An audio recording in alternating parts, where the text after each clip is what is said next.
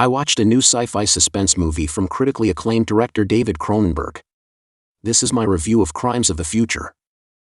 The movie takes place in a dystopian future where most human beings can no longer feel physical pain due to mutations caused by environmental change.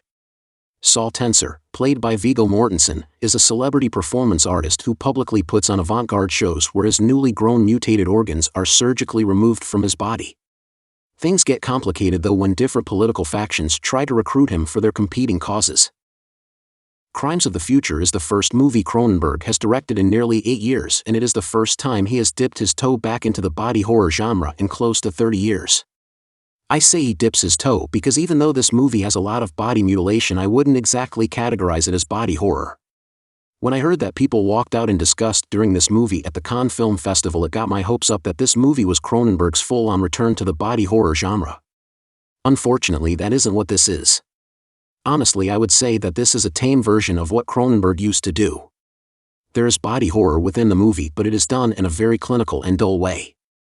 I think the body mutilation elements would have been shocking to a generation 30 years ago, but in 2022, where we have people hanging by hooks pierced in their skin for fun and bloody gore on cable TV, it just isn't.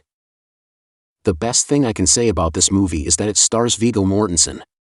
He is a veteran actor who will never disappoint in at least his effort of putting on a good performance.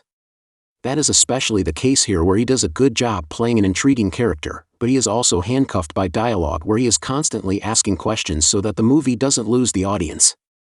I almost appreciated that early in the movie because I thought the movie would get more interesting and complicated as it went on, but that never really happens. It actually turns into a pretty light narrative with dystopian political themes that are fairly similar to the recent young adult movie genre. The most frustrating thing about this movie is the somewhat abrupt ending. I get movies sometimes do that for a reason, but it felt like this movie just runs out of fuel and abandons the audience on the side of a highway. I don't want to make it sound like I hated Crimes of the Future, because I certainly didn't. On that note though, I also can't say that I liked it either. The movie is filled with a lot of interesting ideas and unique moments.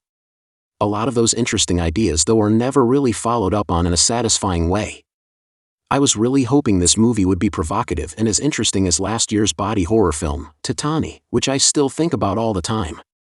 Crimes of the Future is ultimately a lightweight, docile movie that is just disguised as a body horror art film. 2.5 out of 5 stars with a thumbs down.